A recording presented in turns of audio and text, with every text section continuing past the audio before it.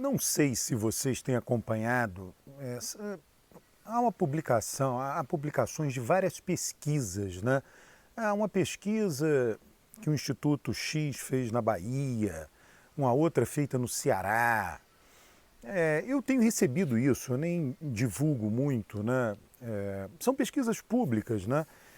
E todas elas basicamente revelam a mesma coisa, né? Então é uma lição geral de todas as pesquisas, nacionais e regionais.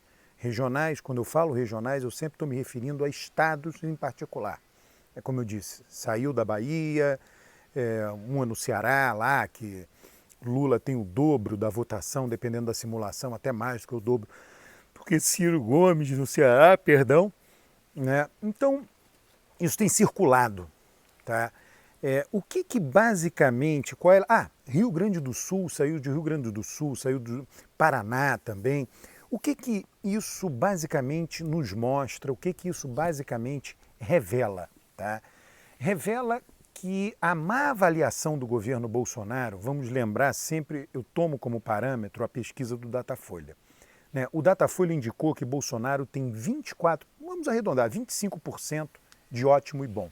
Já teve 40, já teve 35, já teve 30, hoje está em 25. Então a avaliação do governo Bolsonaro vem piorando. Né? Ela vem piorando nacionalmente, significa que ela vem piorando em todos os lugares. Ela não piora num lugar e no outro lugar deixa de piorar. A piora é nacional. O que acontece é que em alguns lugares ela piora, mas fica melhor, em outros lugares ela piora, mas fica pior. Então, a avaliação do Bolsonaro piorou no Nordeste? Piorou. Está abaixo da avaliação de Bolsonaro no Sul, mas também piorou no Sul. Basicamente é o que está acontecendo. E isso é refletido nas pesquisas. Né? As pessoas olham e dizem o seguinte, bom, quem é o principal opositor de Bolsonaro? Piorou, eu quero mudar. Passei eleição. Você quer entender a eleição de mudança ou eleição de continuidade? Tem um governo que está aí. Eu continuo com esse governo ou eu mudo esse governo? Então, é a pergunta que você tem que fazer. Essa eleição, a eleição do ano que vem será uma eleição mais de mudança ou mais de continuidade? Como há essa piora da avaliação de Bolsonaro, é uma eleição, hoje, se fosse hoje, seria uma eleição de mudança.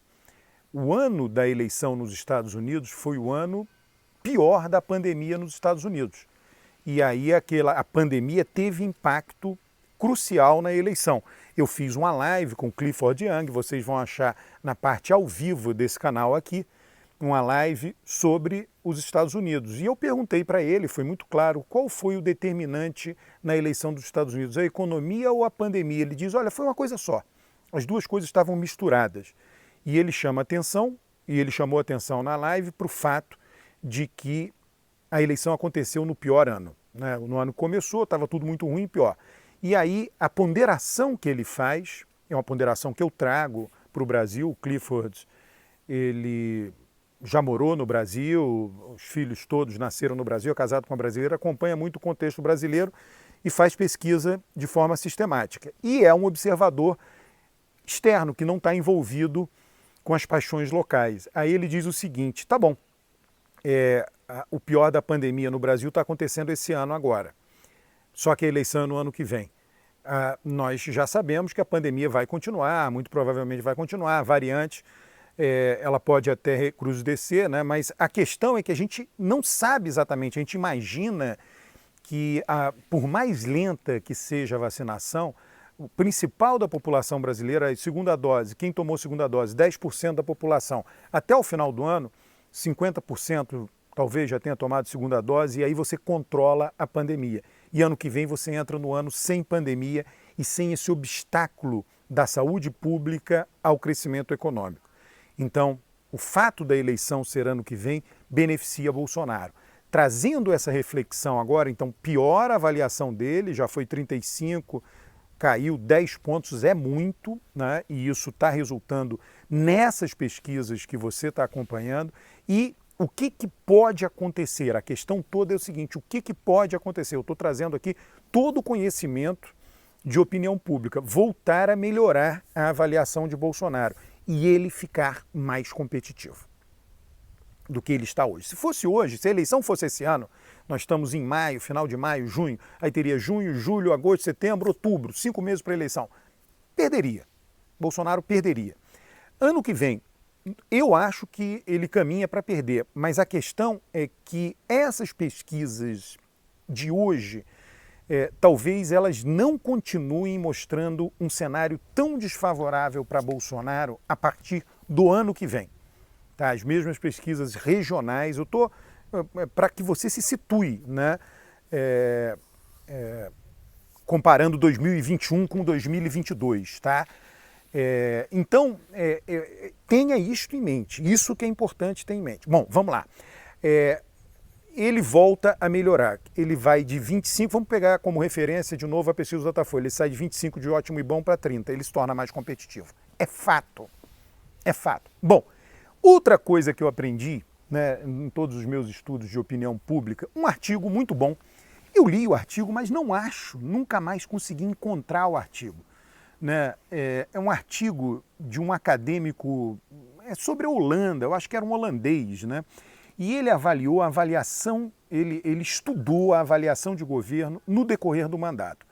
Nós, cientistas políticos, lemos uma grande literatura, uma literatura numerosa de textos que pegam a avaliação de governo no ano da eleição e dizem, olha, e ele começa o artigo dizendo isso, olha, nós sabemos que a avaliação de governo no ano da eleição tem um impacto maior no resultado eleitoral do que a avaliação de governo nos anos anteriores. Porém, eu queria saber, a avaliação de governo nos anos anteriores tem impacto no resultado eleitoral? E o cara estuda estatisticamente, complexo, de novo. Eu li esse artigo detalhadamente e perdi, simplesmente não encontro mais ele.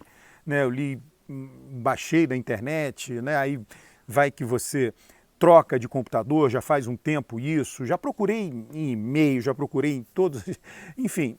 E aí ele mostra o seguinte, que a avaliação de governo em anos anteriores tem impacto na escolha eleitoral. Tá?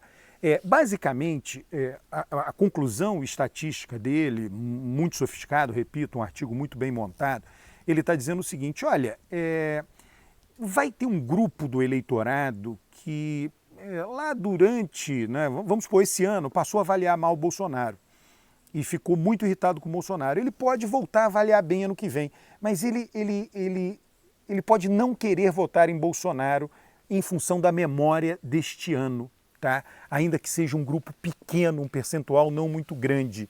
Né?